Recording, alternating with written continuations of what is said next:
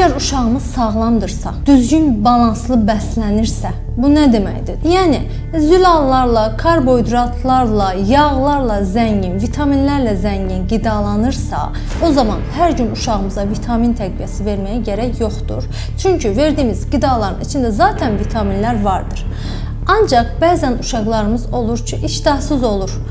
Qida seçirlər, yəni seçici davranırlar. Deyirlər ki, ata, ana, mən bu yeməyi yemirəm, mən bu yeməyi xoşlamıram. Hansı ki, bu yemək böyük dərəcədə vitamin təqviyəsi gərəkdirən qidalardır ki, bu zaman məcbur vitaminlər verə bilərik.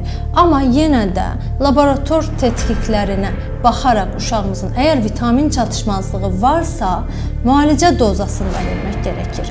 Yox, əgər çox ağır çatışmazlığı yoxdursa, həfif oynama varsa, o zaman profilaktik dozada verə bilərik.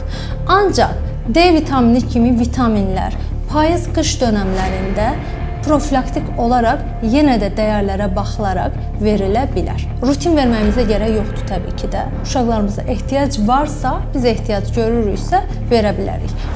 Valideynin aptekdən mən alım, bu vitamini də verim, o vitamini də verim. Hər şeyin fazlası, çoxu zərər olduğu kimi vitaminlərin çoxu da zərərdir. Bunu unutmamamız gərəkir.